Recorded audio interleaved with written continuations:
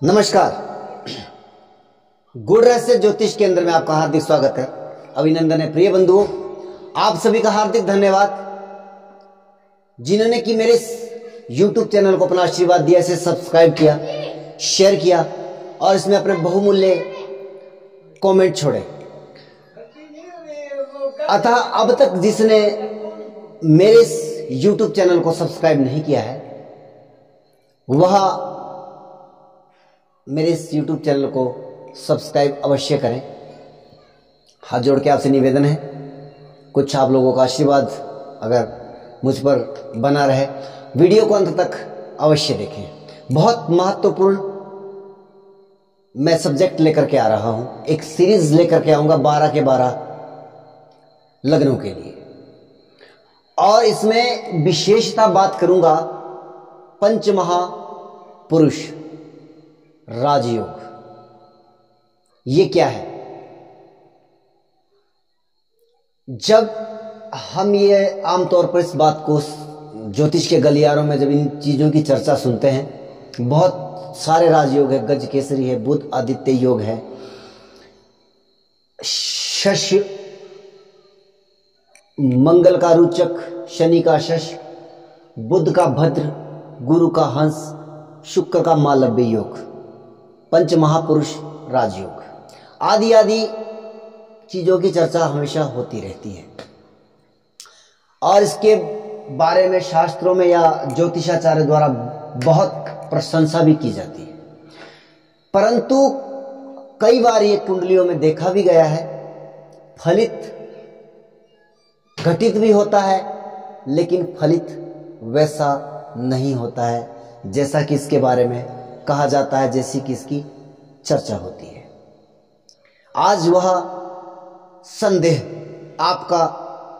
आपके किसी प्रियजन की कुंडली का अगर आपके दिमाग में है तो आज मैं उस चर्चा को लेकर के आ रहा हूं। विशेषता मेरा पंचमहापुरुषों के लिए, पंचमहापुरुष राजयोग के लिए ही यह सीरीज रहेगा।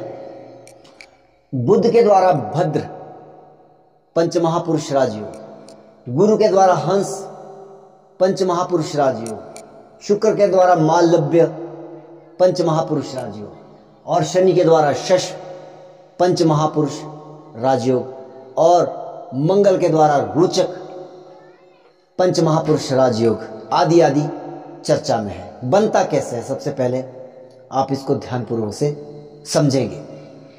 यदि केंद्र भाव में इनमें से कोई भी ग्रह केंद्र भाव में अपनी राशि का हो या अपनी उच्च राशि का हो, तब ये पंचमहापुरुष राजयोग निर्मित होता है। तो अब क्या ये हर एक कुंडली में जिसमें भी ये बनता है उसमें फलदायक होता है या शुभ परिणाम देता है? होता क्या है? जैसे कि बुध का जो भद्र पंचमहापुरुष राजयोग है, इसके बारे में कहा जाता है कि ऐसा व्यक्ति व्यवसायिक बुद्धि या बहुत इंटेलिजेंस रखता है, अपने बुद्धि के द्वारा जो है वो जग को जीतने की क्षमता रखता है, सभा में विजय पाता अपने बुद्धि के द्वारा। हंस गुरु के द्वारा बनने वाला पंचमहापुरुष राजयोग, यह जब घटित होता है तो इसके बारे में कहा जाता है कि ऐसा व्यक्ति अध्यात्म जगत में अपनी बहुत ऊंचाइयां प्राप्त करता है। हालांकि गुरु संतान, विवाह, लाभ, धन, भाग्य, इन सभी चीजों का कारक भी है। तो इन सभी चीजों में ऐसे व्यक्ति की ग्रोथ होती है जब ये घटित होता है और इसकी जब दशा अंतरदशा आती है। देखिए, किसी भी राजयोग का परिणाम जो उसकी दशाओं के ऊपर डिपेंड करता है। उसके बाद शुक्र मालव्य, शुक्र जो है वैभव का, संपत्ति का, लग्जरियत का कारक है। हर प्रकार का सुख सुविधा, वैवाहिक जीवन डिपेंड ऑन शुक्र। धन, वाहन, मकान, सौंदर्य, संगीत, कला, इन सब चीजों का कारक शुक्र है। और भी बहुत सारे, कुछ हर चीज में यहाँ पे डिकोड नहीं कर सकता, आपको वहां पे कुछ बातों को समझना पड़ेगा। तो जब ये शुक्र का मालव्य पंच महापुरुष राजयोग घटित होता है और इसकी जब दशाएं चलती है तब इन चीजों में वृद्धि होती है। बात करते हैं शश नाम का पंच महापुरुष राजयोग जो शनि के द्वारा निर्मित होता है। इसके घटित और इसका फल क्या है कि शनि कर्म का कारक है, श्रम का कारक है, कर्म का कारक है। और ये जो कर्म भूमि संसार जहां पे हम अपने कर्म बंधनों के द्वारा बंद करके आए हैं, इन सभी चीजों का जो कोई भी कर्म एनी वन, मैं कई बार कहता हूं अपने वीडियो के माध्यम से कि शनि को हम थोड़ा सा समझने में अगर हम प्रयास करें तो शनि कर्म कारक है और ये हर एक प्रकार के कर्म का कारक है। तो ऐसा व्यक्ति कर्मठ अपने कार्य क्षेत्र में जब ये राजयोग घटित होता है वो बहुत उन्नति करता है, प्रोफेशनल तौर पर वो बहुत उन्नति करता है। शनि हालांकि प्रॉब्लम का कारक भी है, हालांकि उन चीज़ों को हम राजयोग के द्वारा वो नहीं समझेंगे, लेकिन हाँ जब हम धीरे धीरे लग्नों के ऊपर बढ़ेंगे वन बाय वन, मंगल रोचक पंच महापुरुष राजयोग जब ये घटित होता है तब क्या फल होता है? उस समय में मंगल जो है वह आपके पराक्रम का कारक है, आपके बल का कारक है और ऊर्जा का कारक है। केंद्र में अपने स्वराशि का या उच्च राशि का बैठेगा तब इन सभी चीजों के कारकत्व में वृद्धि को करता है और ऊर्जावान उस व्यक्ति को बनाता है। देखिए कोई कार्य करना है, कुछ भी करेंगे आप जीवन में, शरीर में ऊर्जा का होना अत्यंत आवश्यक है। हालांकि और बहुत सारी चीजें हैं, फिर हम वहां पे वो बात भी करेंगे कि वो आया कहां से है, कौन से भाव का लोड है, लेकिन मैं भी केवल कारकत्वों के माध्यम से आपको समझाने का प्रयास कर रहा हूं। जब ये रोचक पंच महापुरुष राजयोग घटित होगा तब इन चीजों में वो सारी वृद्धियां आपको देखने को मिलेगी। अब हम जो है वन बाय वन, लगन वाइज लगन, इसके ऊपर काम करेंगे। सीरीज हमारी कंटिन्यू रहेगी कि किस लगन के लिए कौन सा पंच महापुरुष राजयोग बेहतर कार्य करता है, अच्छा कार्य करता है और किसके लिए यह कार्य नहीं करता है या किसके लिए यह नकारात्मक कार्य भी क्या कर सकता है। उन सभी चीजों के लिए आपको इंतजार करना पड़ेगा। मैं सबसे पहले मेष से शुरू करूंगा और मीन पर्यंत। तो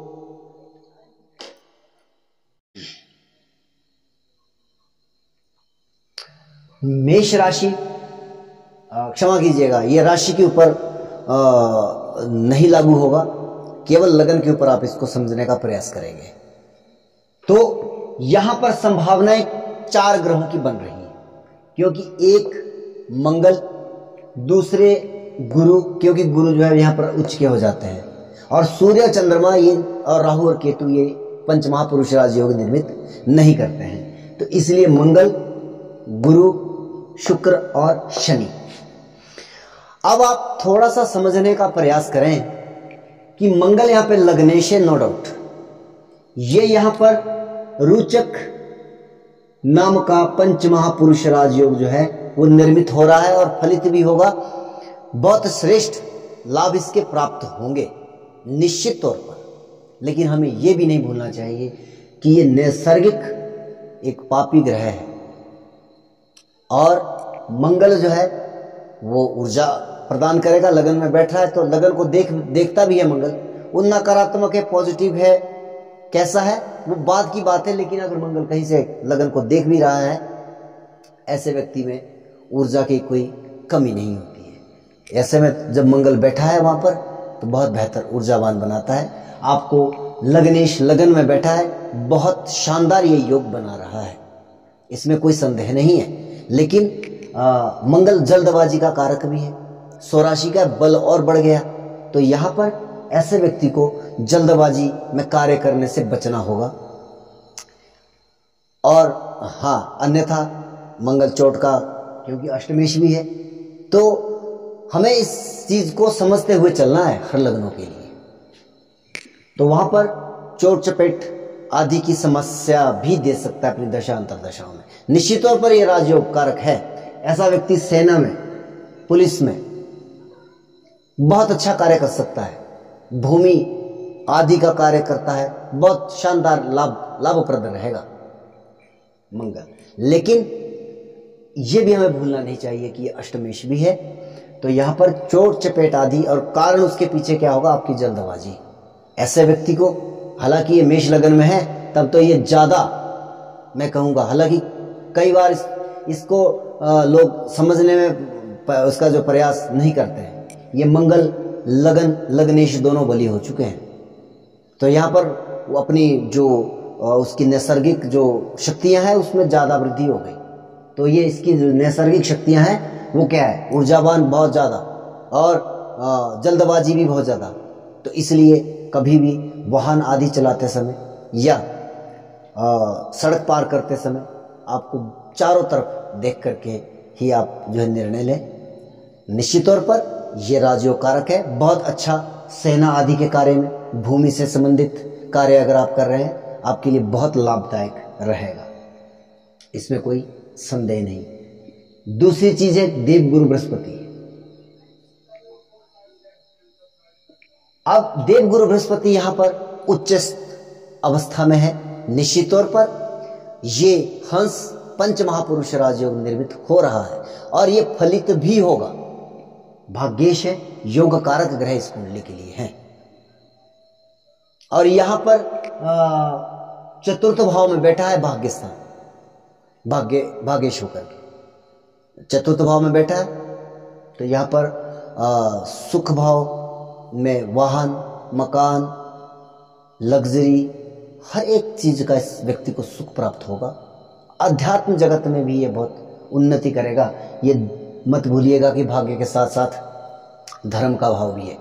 और धार्मिक उत्थान के लिए जो है हम 12 भाव को देखते हैं, धार्मिक उत्थान के लिए।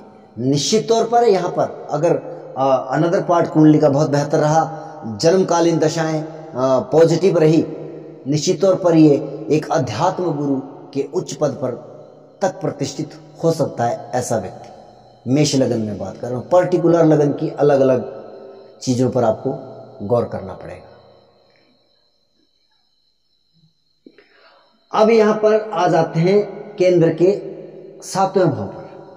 यहां पर बन सकता है शुक्र एवं शनि का पंच महापुरुष राजयोग। यहां पर थोड़ी कंडीशन आ गई। हालांकि मैं एक चीज और आपको बता दूं कि मालव्य सौंदर्य में कोई दिक्कत नहीं। लगन को देख रहा है, पहले मैं मालव्य की बात कर लेता हूं। लगन को देख रहा है, सौंदर्य प्रिय, सुंदर होगा जातक।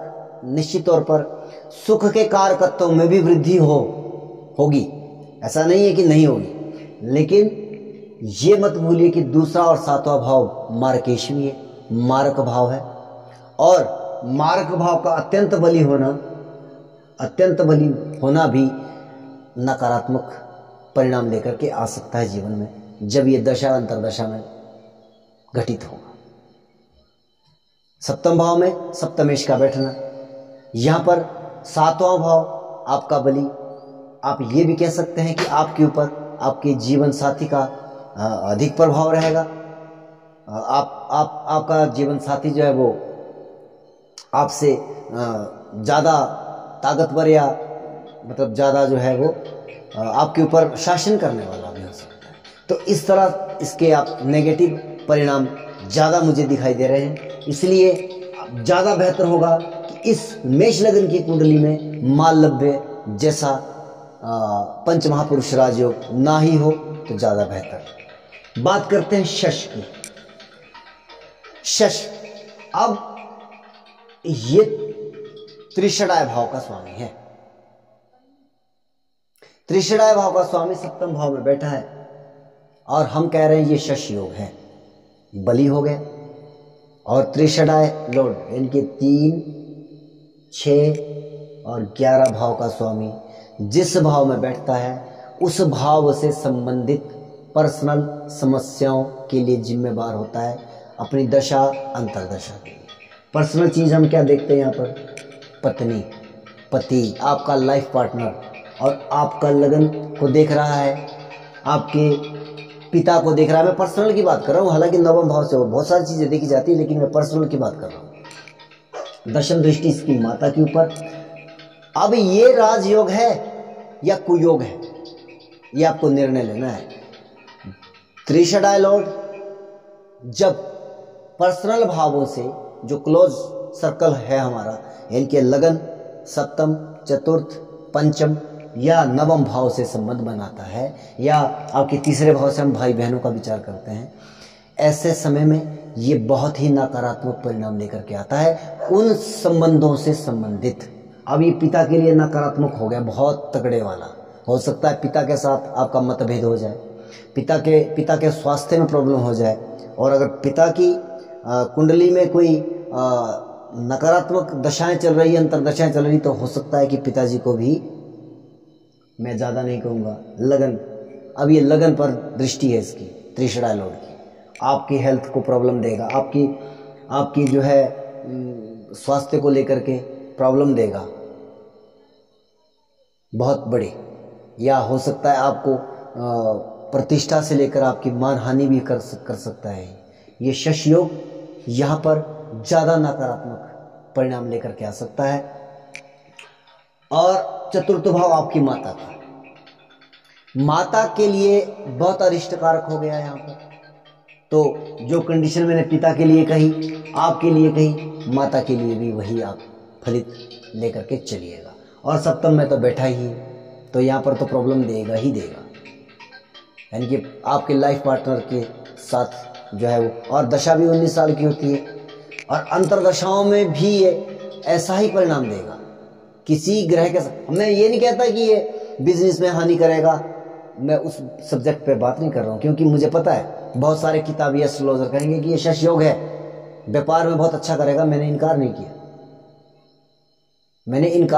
नहीं किया, लेकिन समस्या कह देगा, मैं वो बता रहा हूँ। व्यापार में अच्छा कर जाएगा, सप्तम भाव व्यापार का है, पार्टनरशिप का है, बहुत सारी चीज़ें हैं।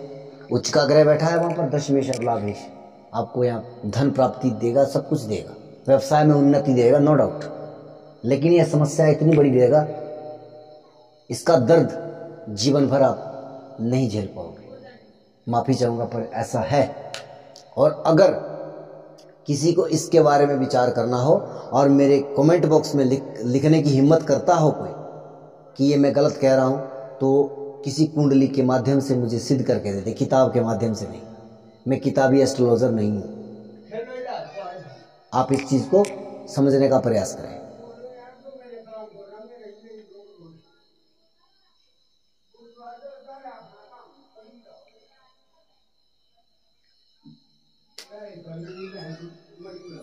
शनि, यहां पर शनि का फिर से शश योग बन रहा है, स्वराशिगत हो जाएगा। यहां पर इसकी रेंज थोड़ी कम आ सकते हैं आप, क्योंकि ये साधारण राशि है, इसकी जो वेग है वो थोड़ा कम है। अच्छा, त्रिशडाय लॉर्ड त्रिशडाय में या उपचय स्थान में वो हद तक अच्छा परिणाम दे सकता है। इसमें थोड़ा सा एक दो समस्याएं रहेगी, इसमें पर्सनल प्रॉब्लम यहाँ पे रहेगी, नो डाउट। आप सप्तम भाव पर 10वीं दृष्टि इसकी पा सकते हैं, 7वीं दृष्टि माता के भाव पर जा सकती है, नाना और दादी के भाव पर जा रही है, 12वें भाव पर। प्रॉब्लम यहाँ पे इन रिश्तों को लेकर के आएगी। सेम यार, जो यहाँ पे मैंने कहा है, आप दशम भाव में 20 की दृष्टि को आप ऐसा ही रीड करें, लेकिन यहाँ पर ये व्यावसायिक तरक्की देगा, नो डाउट। तो आपको मेरे कहने का अभिप्राय ये है कि इस गलत फहमियों में भी मत रहिएगा कि अब ये राजयोग है तो ये दुर्योग नहीं बन सकता है। यहाँ पर ये ज़्यादा नकारात्मक है। मैं कहता हूँ मालव्य और शश इस कुंडली के लिए ज़्यादा घातक परिणाम दे सकता है वनस्पत लाभ होने के। हाँ, अगर आप व्यापारिक दृष्टिकोण से देखते हैं तो फिर मुझे कोई समस्या भी नहीं, पर पर्सनल समस्याएं 100% ये देगा। यहाँ पर एक दूसरा राजयोग फलित हो रहा है, वह है मंगल के द्वारा रोचक महापुरुष राजयोग। लगन में भी हो रहा था, यहाँ पे मंगल उच्च के हो जाते हैं। तो यहाँ पर मंगल का दशम भाव में बैठना दिग्बली भी यहाँ पर मंगल हो जाते हैं, और उच्च के हो गए तो और भी श्रेष्ठ। हालांकि चौथी दृष्टि इसकी यहाँ पे है, लेकिन ये लग्नेश है, ये लग्नेश है, ऊर्जावान भी बना रहा है, या त्रिषणाय की बात नहीं हो रही, सब चतुर्थ भाव पर दृष्टि दे रहा है और पंचम भाव पर दृष्टि दे रहा है, शानदार योग बना रहा है। यहाँ पर एक कमी थोड़ी सी मुझे जो दिखाई दे रही है, क्योंकि पंचम भाव पर जब मंगल जैसे ग्रह की दृष्टि होती है तो यहाँ संतान आदि में दिक्कत दे सकता है, खास करके जब इसकी दशाएं ना चल रही हो। दशाएं चल जाएगी, लग्नेश की भूमिका निभाएगा, शुभ ग्रह बन जाएगा। लेकिन नैसर्गिक तौर पर, नैसर्गिक शुभ तो शुभ, तात्कालिक स्थिति में जो तात्कालिक शुभ वह शुभ, यानी कि मेरी बात आप समझिए, तात्कालिक क्या है कि वैसे तो नैसर्गिक तो ये पाप ग्रह है, लेकिन तात्कालिक क्या, आपकी कुंडली के लिए लग्नेश बन गया तो ये शुभ बन गया। लेकिन नैसर्गिक परिणाम कैसे होते हैं, वो दशाओं से आए, आमतौर पर इसे पाप ग्रह मानिए आप। तो ऐसे आपको यहाँ पर मेष लगन के लिए समझना है। उम्मीद करता हूँ ये सीरीज आपको बहुत पसंद आएगी और आप सब्सक्राइब करेंगे, क्योंकि मैं भ्रम में रखने वाला व्यक्ति नहीं हूँ, किसी को मैं मीठी मीठी बातें कर। मैंने बहुत सारे यूट्यूब पर वीडियो देखे हैं जहाँ पर बड़ी प्रशंसाएं होती है कि ये पंच महापुरुष राजयोग है, निश्चित तौर पर लाभ देते हैं, धन का अगर चाहिए तो वहाँ पर लाभ देंगे आप, लेकिन जरूरी नहीं है। लेकिन अगर आपके मजबूत जो आपके नज़दीक के रिश्तेदार हैं, जैसे पत्नी है, पिता है, माता है, संतान है, भाई है, आप खुद हो, अगर वो उन्हीं को डैमेज कर रहे हैं तो ऐसे पैसे का और ऐसे राजयोग को आप राजयोग कैसे कह सकते हैं। तो उम्मीद करता हूँ मेरी आप भाषा शैली और मेरे बोलने के तरीके को और मेरे समझाने के तरीकों को आप समझ रहे होंगे। इसीलिए मैं कहता हूँ कि सनातन धर्म में जो अच्छा काम करने वाले लोग हैं वो कड़वा बोलते हैं, उनको समर्थन बहुत कम मिलता है, और जो मीठा बोलेंगे, अगर मैं आपकी तारीफ करूंगा, आपके राशि फल में भी आपको मैं प्रशंसा देता रहूंगा, अंतगत्वा क्या होता है कि जब वो परिणाम आपको नहीं मिलते तब आप जो है निराश होते हैं। लेकिन आप वर्तमान सिचुएशन में जब आपके लिए कोई मीठा बोलता है तो आप उसको बहुत सपोर्ट करते हैं। ऐसा नहीं है, सत्य को स्वीकार करना सीखना हमें चाहिए। जय सिया राम।